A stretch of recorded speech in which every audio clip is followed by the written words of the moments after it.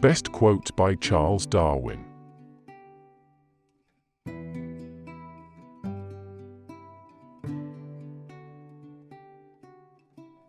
A man who dares to waste 1 hour of time has not discovered the value of life.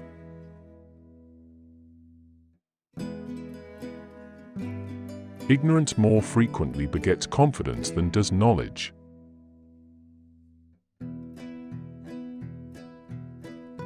Animals, whom we have made our slaves, we do not like to consider our equal.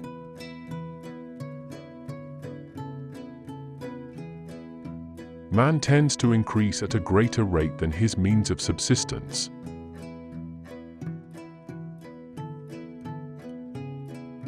The love for all living creatures is the most noble attribute of man.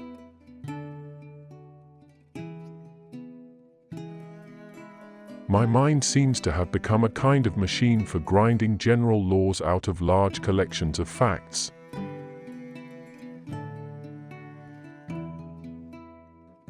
I have tried lately to read Shakespeare, and found it so intolerably dull that it nauseated me.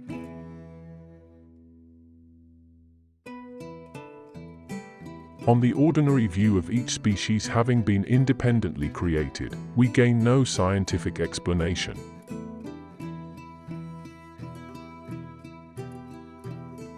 A scientific man ought to have no wishes, no affections, a mere heart of stone.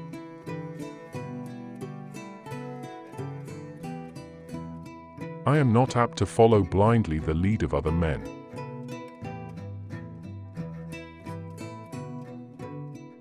The mystery of the beginning of all things is insoluble by us, and I for one must be content to remain an agnostic.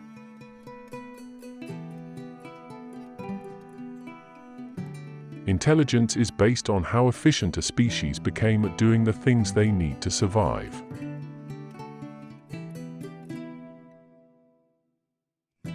Blushing is the most peculiar and most human of all expressions.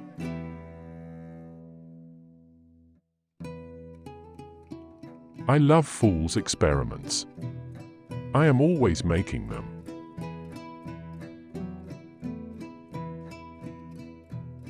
The highest possible stage in moral culture is when we recognize that we ought to control our thoughts.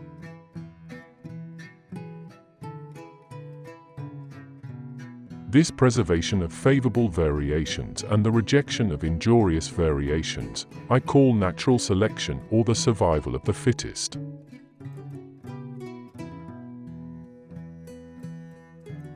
One general law, leading to the advancement of all organic beings, namely, multiply, vary, let the strongest live and weakest die.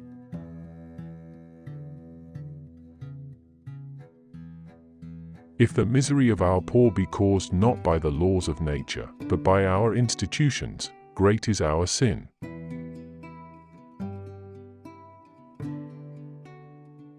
The survival of preservation of certain favored words in the struggle for existence is natural selection.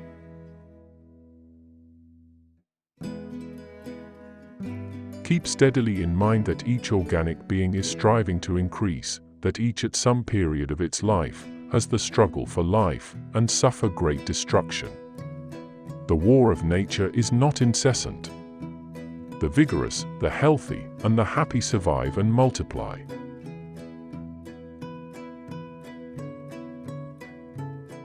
I have called this principle, by which each slight variation, if useful, is preserved, by the team of natural selection.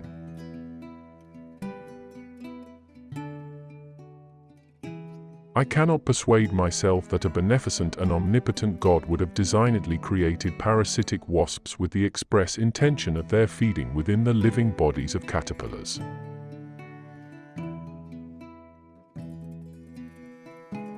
It is those who know little, and not those who know much, who so positively assert that this or that problem will never be solved by science.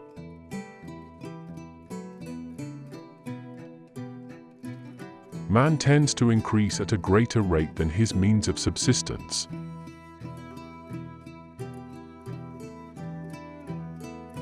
To kill an error is as good a service as, and sometimes even better than, the establishing of a new truth or fact.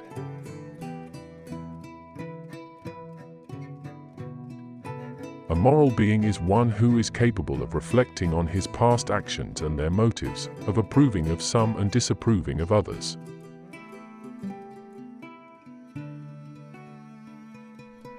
It is not the strongest of the species that survives, nor the most intelligent that survives.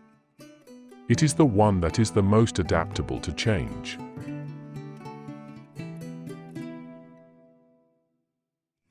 There is grandeur in this view of life, with its several powers, having been originally breathed by the Creator into a few forms or into one.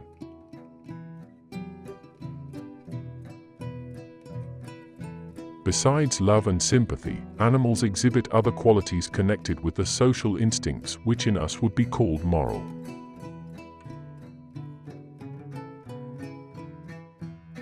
Great is the power of steady misrepresentation.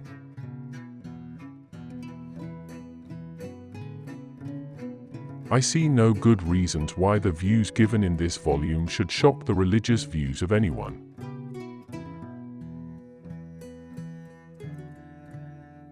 Man selects only for his own good, nature only for that of the being which she tends.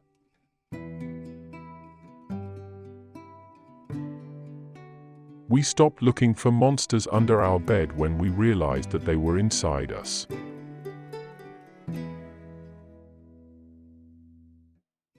What a book a devil's chaplain might write on the clumsy, wasteful, blundering, low, and horribly cruel work of nature.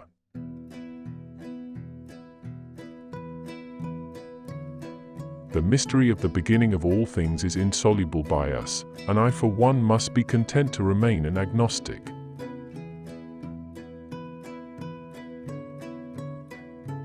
Man is descended from a hairy, tailed quadruped, probably arboreal in its habits.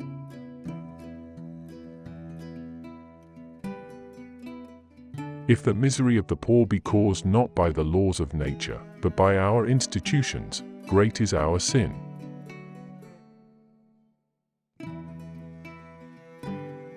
I am turned into a sort of machine for observing facts and grinding out conclusions.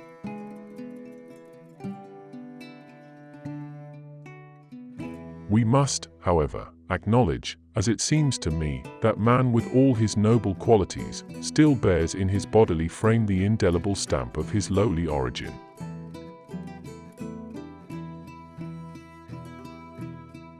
How paramount the future is to the present when one is surrounded by children.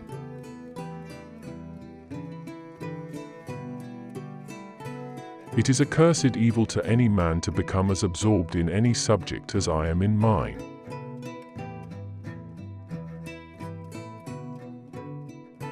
False facts are highly injurious to the progress of science, for they often endure long, but false views, if supported by some evidence, do little harm, for everyone takes a salutary pleasure in proving their falseness.